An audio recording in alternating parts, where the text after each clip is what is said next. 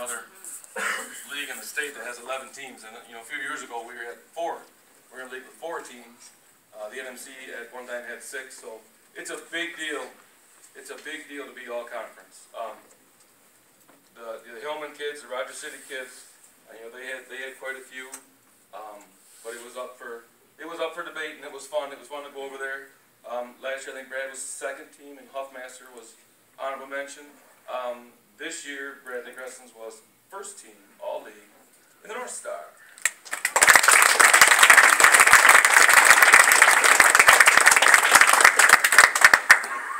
And then we had one player that ended up being honorable mention.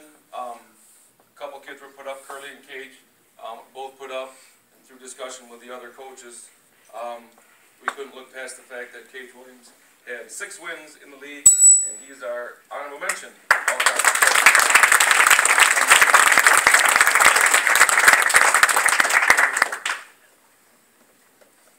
All district. If you're going to be an all-state baseball player, you have to be all-regional. To be all-regional, you got to be all-district. So we start with our district. There's 5 teams in our district, and we meet up with a district from across the state: Kingsley, Benzie, St. Francis, Kalkaska, and one more. One more. I don't know what it is. Can't remember. So now you've got, once again, you've got 10 teams. You've got 9 stars, so you've got 90 kids to pick from to make up a team. Last year, you were a first teamer. I don't know if Jared Little was or not. I think we only had 1 last year. But that's a big deal. And like I said, St. Francis has some players. We saw the Kingsley kids at Dow. Kingsley had several good players. So there's a lot of kids to pick from. And when it was all said and done, we had 2. Not only did we have 2, we had the 3rd overall player in the district and the 5th overall player in the district.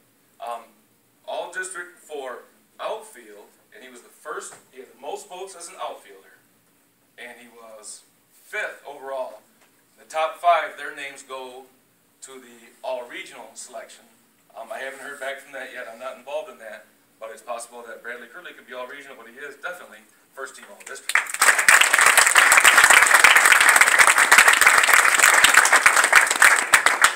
And then our second player, obviously Bradley Gressons. I told you he was 3rd in voting out of 90-some kids. So first team all-district infielder Bradley Gressons.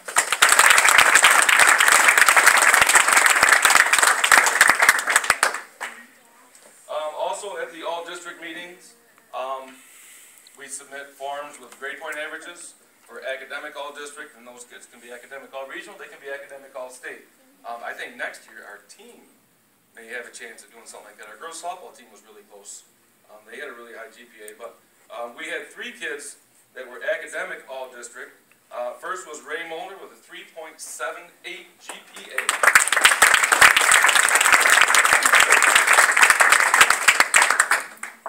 Second was Henry Post with a 3.85 GPA.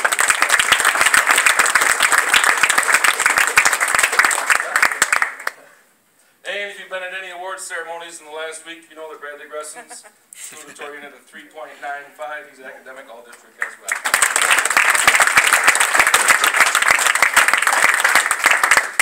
Nice job. Okay, now what do we got? 2015 Offensive Player of the Year. Have I not mentioned any of his stats? I do think our top 4 hitters were pretty good. Get 360, 309, 354, and 452, and like I said, his stats are as good as anything I've seen since I've coached. So Bradley Gressons is our Offensive Player of the Year.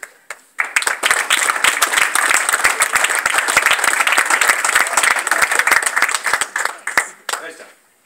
Nice job. I told you we should have the open house a week later. It's okay. It's okay. We can get more pictures. Pitcher of the year. If you've gone through the stats, you can see that we had 2 pitchers very close in stats. One was 6 and 7, one was 9 and 3. Cage will be our pitcher of the year, and my thinking was, yeah, we were really good defensive behind him, but he's the one that's making the pitch to get the lazy fly ball. He's the one making the pitch to get the weak ground ball.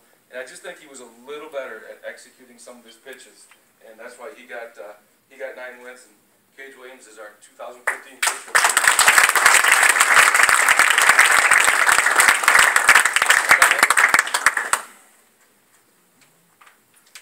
Could you imagine if he threw 75 or 80 miles an hour?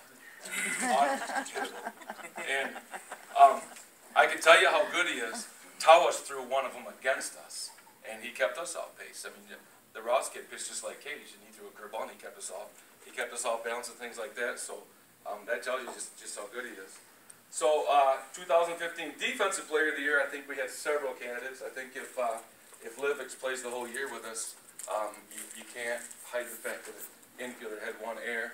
If Malik plays the whole year in the outfield, you could probably make an argument that he could be Defensive Player of the Year as well. So, but just because of the way this kid's played for 2 years and the kids he threw out at the plate this year, I still think he's the best outfielder I've coached. Our 2015 Defensive Player of the Year, Bradley Kirby.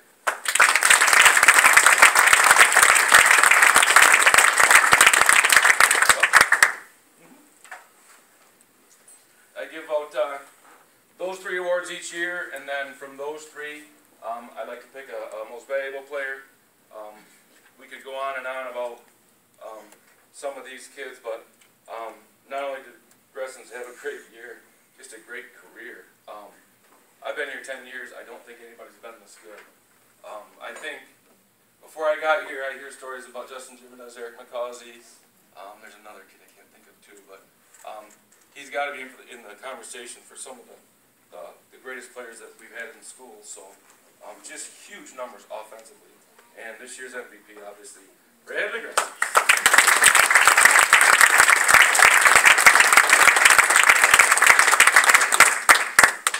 And I'm thankful I got a chance to go to his open house last Saturday. And I remember his brother, Will, was in my 8th grade class. And he kept telling me, my little brother's really good at baseball. My little brother's really good at baseball. And then I go look at these pictures of him every year, and I look at this 4th grade little nerdy kid. I'm like, that's what he was talking about. But Bradley can play, and he could have played for anybody. He could have played for the Standish. He could have played for Hillman. He really could have played for anybody. So just an outstanding year. Once again, I want to thank everyone. I felt fortunate since I've been here that I've had very supportive parents. I've always had kids that wanted to be out playing and playing hard. I appreciate that. That's what we want. We want the kids to play hard, play smart, play as a team. I thank them every day for coming to practice at the end, because it's a big deal. I mean, I had a year where kids would no-show us, and it was not fun. But I got through it, and we've moved to the next step, and we don't worry about things like that. We do plan on playing again at Dow Diamond next year. I'm trying to do that every year. We've got the money to do things like that.